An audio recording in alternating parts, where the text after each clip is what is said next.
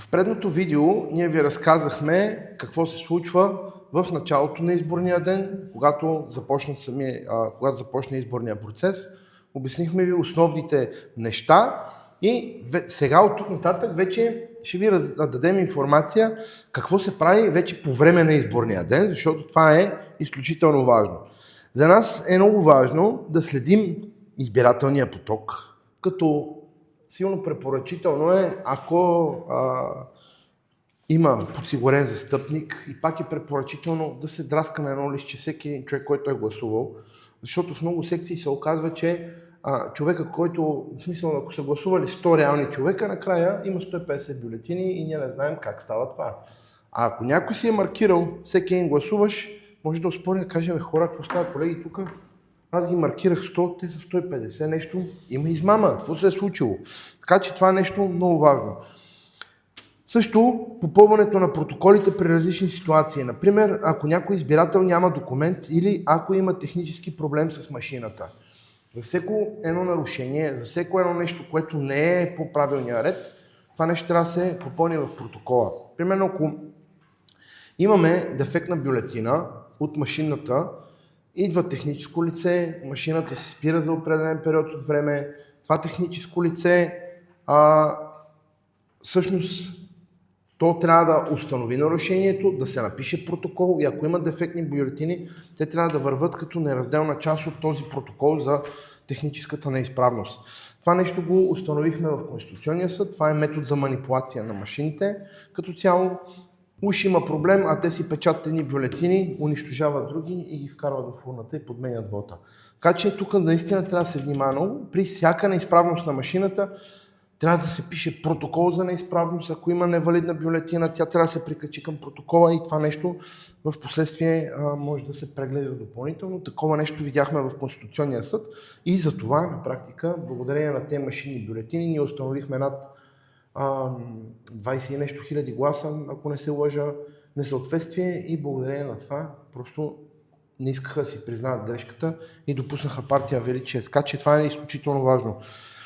Постоянен контрол на урните и бюлетините, да не се оставят без наблюдение. В никакъв случай ние не трябва да оставяме без наблюдение урните и бюлетините, защото там се случват нещата. Минутка невнимание, някой може да пъхне 20 бюлетини вътре. Възможност за присъствие на наблюдатели, които следят за коректността на процеса. Сега имайте предвид, че застъпника и партийният представител не е наблюдател. Наблюдател има съвсем различни права. Наблюдател е човек, който всъщност има малко повече правомощия, неговите правомощия са по-дълготрайни, не са само за тези избори, като цяло, че даже имаха някакъв мандат. Така че не бъркайте застъпник, партиен представител и наблюдател. Те са съвсем различни неща.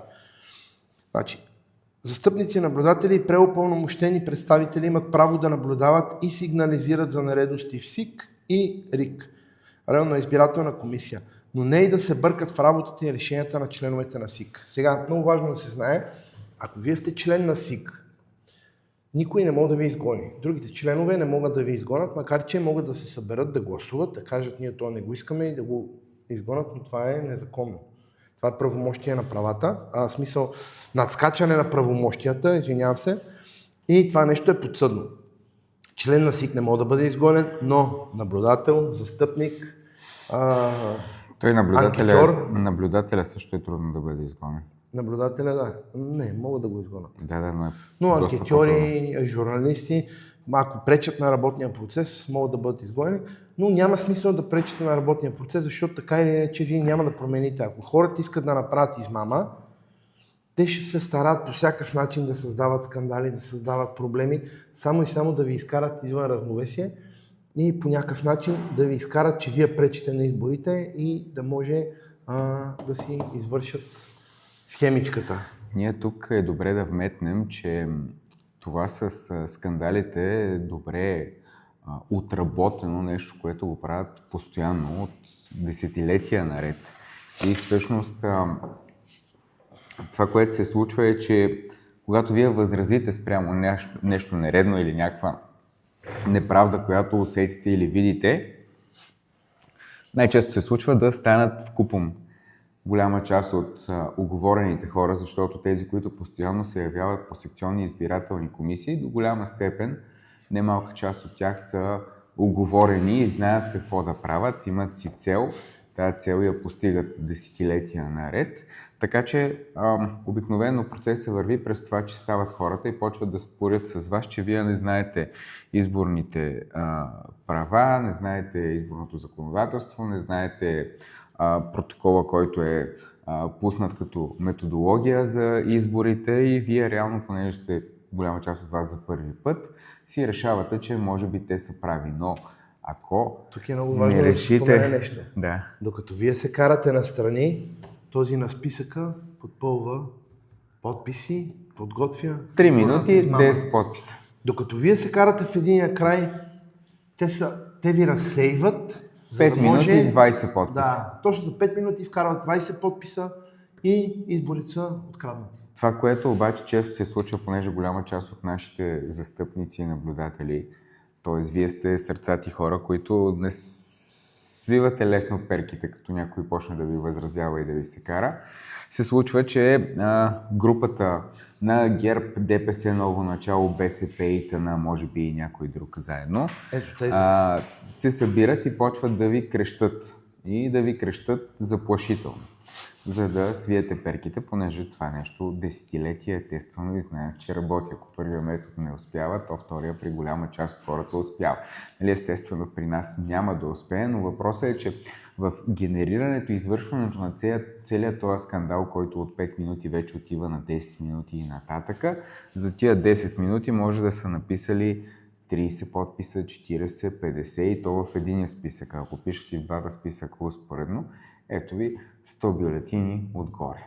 Може и да са изнесли бюлетина, за да почне българското влакче точно така. Да прави. И когато на вас, вие си отбелязвате така или иначе по списък и ако има няколко бюлетини разминаване, има шанса да сме допуснали грешка, защото деня е дълъг, много хора минават, може за секунда нещо да сме се разсеяли или да сме излезли, но когато се разминават с 50 или 100 бюлетини, крайно редно е вие да възразите и да се противопоставите на манипулацията, която официално черно на бяло сте засекли. И продължаваме с манипулацията на бюлетините. Тук е българското влакче. Сега ще разберете в този епизод как става, какво се прави и каква е превенцията, защото това е изключително важно. Бюлетината е официален изборен документ. Всяка намеса след пускането й в урната представлява нарушение на закона. Имаме различни видове манипулации.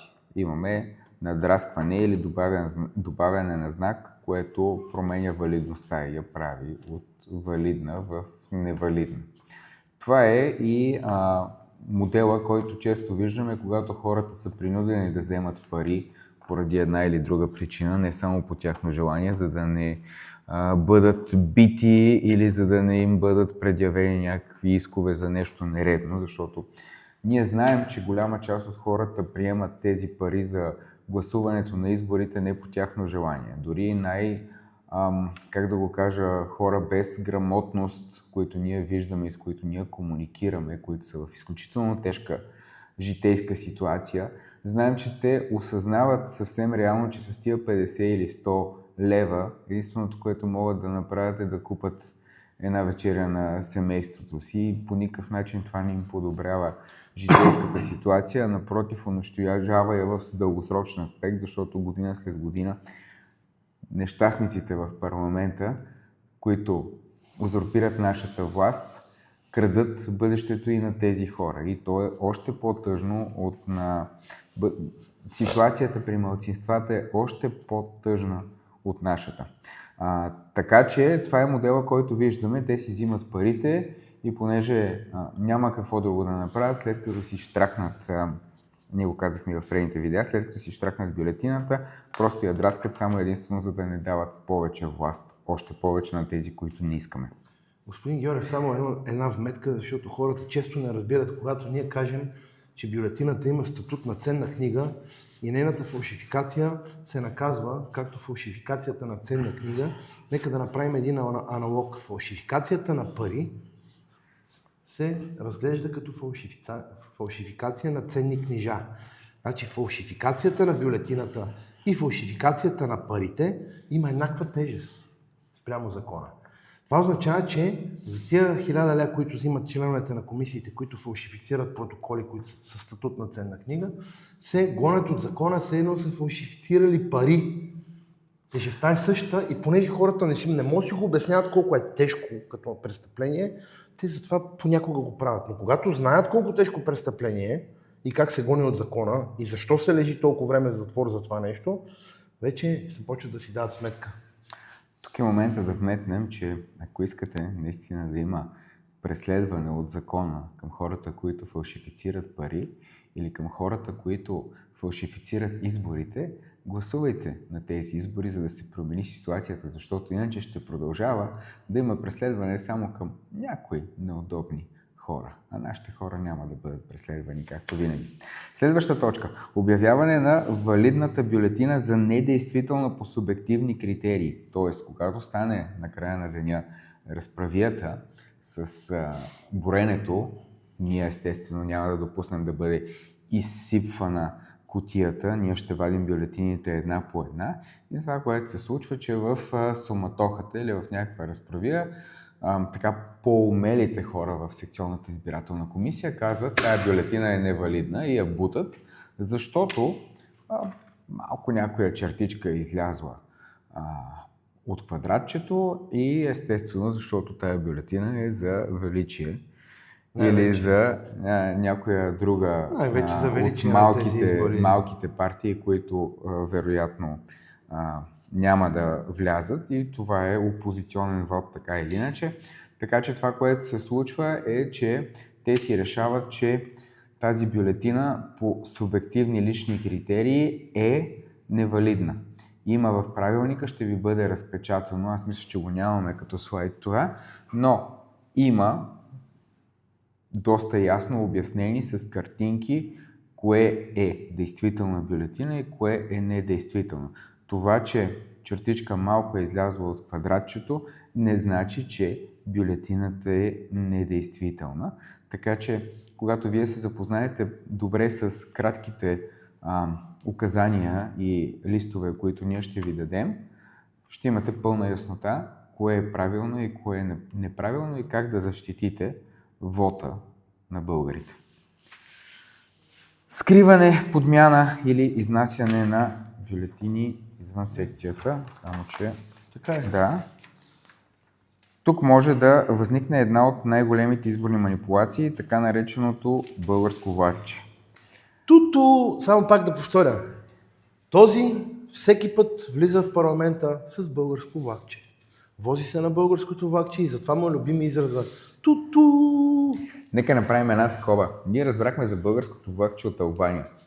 Албанци ни казаха, че има начин, по който те манипулират изборите и това са го научили от българите.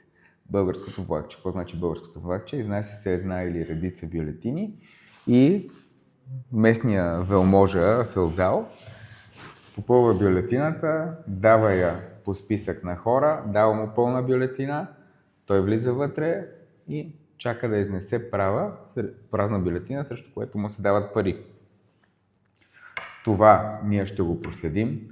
Чрез нашите мобилни екипи ще видим къде пред секциите или в селото или в квартала се раздават тези бюлетини и тези пари. Ще бъдат хванати тези хора. Това, което вие трябва да направите, за да предотвратите това нещо, е да следите номерата на бюлетините. Всяка една бюлетина има номера.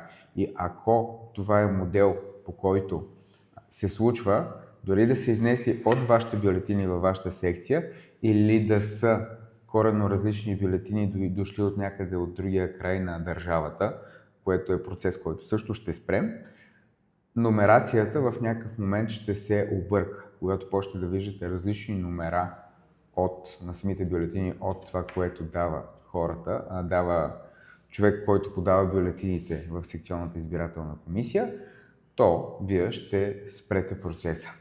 Само една вметка, за да могат да разберат хората. Ако кажем, че бюлетината е с размер на един лист.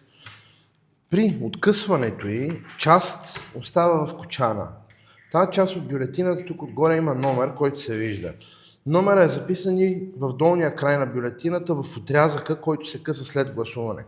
Така че, примерно, ако вашия пореден номер, а вие като член на СИК, дори като застъпник, като партиен представител, като наблюдател, вие може да видите, винаги да поискате една справка, просто да погледнете кой е поредния номер на кочана и да кажем, че поредния номер на кочана е 57. Ако тук също е 57, значи всичко е точно и няма българско влакче. Обаче, ако тук е 56, един номер по-малко, това означава, че 57 номер е някъде другаде. Значи една бюлетина липсва. Една бюлетина липсваща е достатъчна да се спре целият изборен процес, докато се установи къде е нарушението и какво се е случило. Съответно, това се сигнализира на полицая, който е отвън, защото някъде нещо се е случило, спира се всичко, проверява се къде са, проверява се човека, който гласува, дали няма една бюлетина в него и така. Но това полицията го прави, не вие. Когато член на СИК отговаряш за бюлетините, накъса повече от една бюлетина от кочана и ги подпечата в даден момент от изборния ден, може да изнесе една от бюлетините и да я предаде навън. Така започва влакчето най-често. Избирател 1 влиза с бюлетина номер 2, предварително попълнена, скрита под якия или чанта, взима си празна бюлетина 3 и оттам комисията се отправя към тъмната стаечка. Там си прибира под якито или в чантата празната бюлетина 3, а извежда предварително тази, която е номер 2 и е попълнена. Контролира попълнената бюлетина, след като я пусне пред комисията в урната, отвън го чака следващия човек, който ще вземе празната бюлетина 03. Те я попълват с помощта на велможите и организаторите на купения вод, на които досега полицията не им търси сметка по някаква случайност. А даже им съдейства. Да. Дори повече ни открихме определени населени места малки, в които граждани казват, че самата полиция разнася парите за покупко-продажбата на гласове. Хубаво е полицаите по някакъв начин да стигнат също до тия видеа и да знаят, че след тези избори на всеки ще почне да му се търси персонална отговорност. И е хубаво служителите на МВР също да го разберат и хората в службите, защото в някакъв момент ще почне да се търси персонална отговорност както за действията, така и за бездействията на определени служители. Което също е наказано по наказателния кодекс. Бездействието също е престъпление в дадена ситуация. И незнанието не е оправдание. И това е процес, който вие проследихте. Взима се празната бюлетина, отвънка я попълват, внася се, представя се като бюлетината, която са извадили от комисията и това е българското влакче. Но, пак казваме, ако номерата не съвпадат и ние периодично трябва да ги поглеждаме, просто спираме изборния процес, вие ни уведомявате, ние пускаме жалба в РИК и не се продължава, докато не се отстрани проблема. Колега, аз често обаче получавам въпроси, как така можем да спрем изборния процес. Имайте предвид, че ако една бюлетина не излезе, всеки един член на СИК може да спре изборния процес и то му е разрешено, законът му го позволява. Той може да спре изборния процес, докато не се установи нарушението. А представете си, ако не ви излязат 500 бюлетини в началото на изборния ден. Не само трябва да се спре изборния процес. Трябва да се запечата цялото училище или там, където се гласува, защото това са 500 бюлетини. Само за една ви дава право да спрете изборния ден. А какво говорим за 500? Това е момента, в който трябва да ви кажем нашата концепция и разбиране за това как ще протече изборите на 19 април. Установихме един от големите модели за манипулация, 161 подред, в който ни дават бюлетини, които не са в пълни кочани. Примерно, дават ни вместо 500 бюлетини на 5 кочана по 100, ни казват, че са ни дали 440. Кочаните не са разкъсани, това е лъжа. Приемаме ги в събота бюлетините и в неделя спираме процеса. Просто заставаме на вратата и казваме, че Тук няма да започнат изборите. Няма да започнат изборите. И ние ще ви го демонстрираме как да стане това. Ще има други видеа, в които ще го разиграем как точно се случва това, защото ако един от членовете на секционната избирателна комисия засече измама и каже изборния ден няма да започне, дори най-големия ББИ да дойде, той няма как да го накара изборния процес да започне. Ако дойде полицията и ви накара изборния процес да започне, въпреки засечената измама, то ще се търси по съдебен ред правата. Второто нещо, което също трябва да отбележим е, че ако има разминаване, нещо, което се е случвало безкрайно много пъти, милиони пъти в изборите, десетките, стотиците, хилядите избори назад, е, че между съботата и неделята се оказва, че има разлика в получените бюлетини в съботния ден и реалните налични бюлетини в неделния ден. Т.е. пак по същия начин. Си речи някой вечерта е влезнал и е откраднал. Блокираме изборния процес, заставаме на вратата като магаря на мост и изборния ден не започва, докато не се установи. Ето това винаги е виновника. Ако трябва, ще го направим в 1000 секции, ако трябва в 10 000, ако трябва във всичките 13 000 секции, ще спрем изборния ден, ако трябва, ще има избори наново, но ние сме твърдо решени изборите през 2026 година да протекат по един достоен, честен и демократичен начин. Нещо, което отново заявяваме, че не се е случвало не само през последните 36 години, а през последните 70. 81. Добре. То преди това не е имало много избори. 81, Унищожаване или загубване на бюлетина. Нали, това е случайно в кавички унищожаване или случайно загубване на бюлетина. Крайно наредно е. Сгрешена бюлетина. Ако избирателят сгреши при попълването на бюлетината, той има право да поиска втора бюлетина, но само веднъж за всеки вид избор. Членът на секционната избирателна комисия взема сгрешената бюлетина без да я разгъва и надписва върху гърба изгрешена. Тази бюлетина се подписва от председателя, секретаря и член на комисията и се поставя печат, след което се отделя на страни, т.е. 3 подписа има. Членът на СИК си подава на избирателя нова бюлетина, като я сгъва и подпечатва по вече оказания ред. Избирателя може да сгреши само един път. При повторна грешка избирателят не получава нова бюлетина. В графа за бележки членът на СИК отбелязва, че лицето не е гласувало, тъй като 2 пъти е изгрешило при гласуване. В изборния кодекс може да видите член 180 и 181 за валидността на бюлетините и в наказателния кодекс член 168 посегателство върху избирателните права. За превенция това, което се прави е, че всяка спорна бюлетина се обсъжда колективно и когато колективният колектив реши нещо, което според вас не е правилно и не е редно, или ви се стори, че колектива някакси не разбира смисъла на изборния кодекс или целта на изборите или доброто разбиране на желанието на избирателя, то винаги вие може да ни сигнализирате, за да подадем сигнал към РИК, а това ваше сигналче също така да бъде описано подробно в особеното мнение, с което задължително трябва да разпишете протокола накрая. Всъщност, още от началото на деня, вие може да си вземете един лист А4, даже не може, а трябва, искаме, настояваме да си вземете един бял лист А4, в който да започнете да описвате всичките проблеми, които сте срещнали, и това нещо ще го прикрепите към особеното мнение, с което разписвате протокола, защото в огромната част от секциите подозираме, че ще има не само малки еднократни проблеми, а много сериозни казуси, защото ние подозираме, че тези избори ще бъдат по-различни от всичките избори, на които сте присъствали до сега.